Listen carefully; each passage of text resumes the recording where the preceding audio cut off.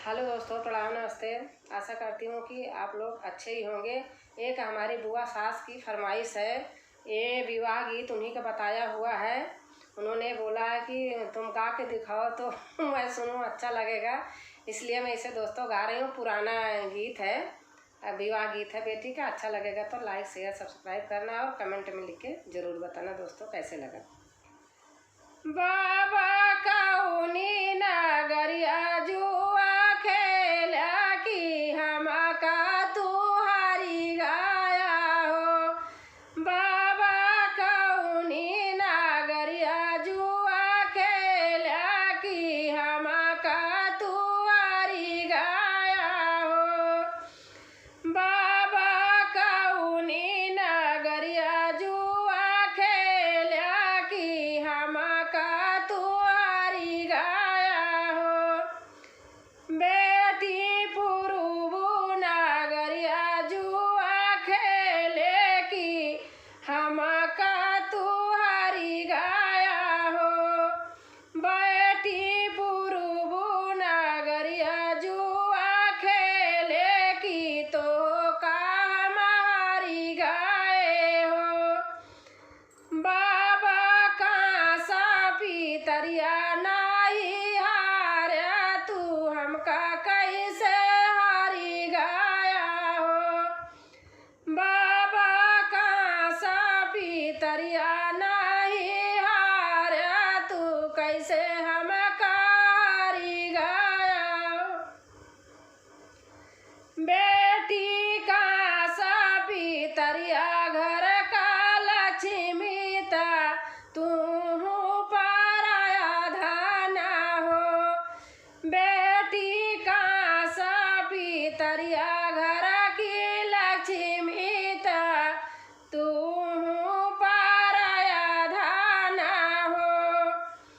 पापा कौनी नगरिया जुआ खेला की हमका तुहारी गाया हो।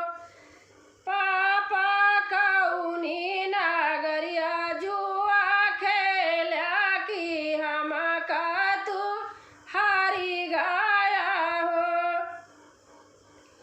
बेटी पुरुबा नगरिया जुआ खेलों की तो का हमारी गाए हो। बेटी पुरुबू नगरिया जुआ खेलों की तो का हमारी गाए हो।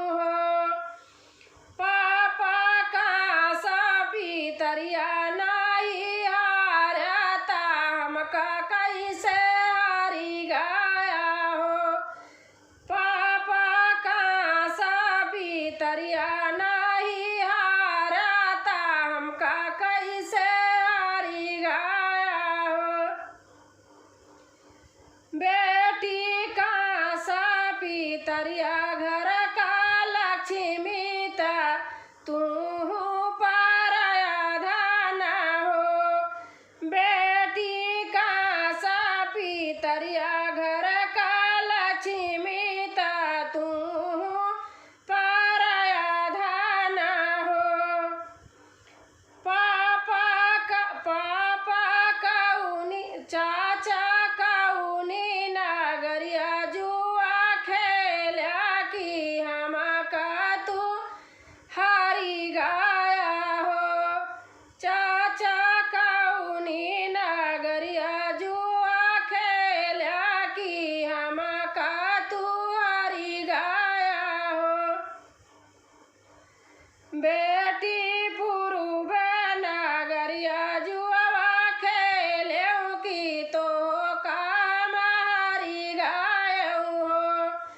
बेटी पुरुबू नगरिया जुआ खेलों की तो का हमारी गाए हो।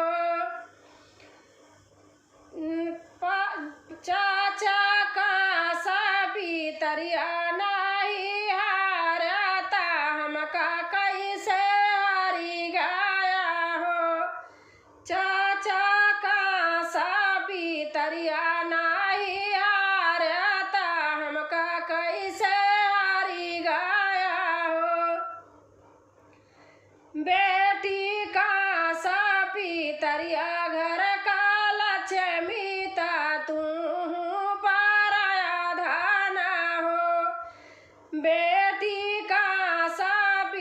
नागरिया घर की लक्ष्मी ता तू पराया धाना हो। भैया कौनी नागरिया जुआ खेला की हमका तू हारी गया हो। भैया कौनी नागरिया जुआ खेला की हमका तू हारी गया हो। बहिनी पुरुबो नागरिया जुआ खेले की तो काम हारी गए हो।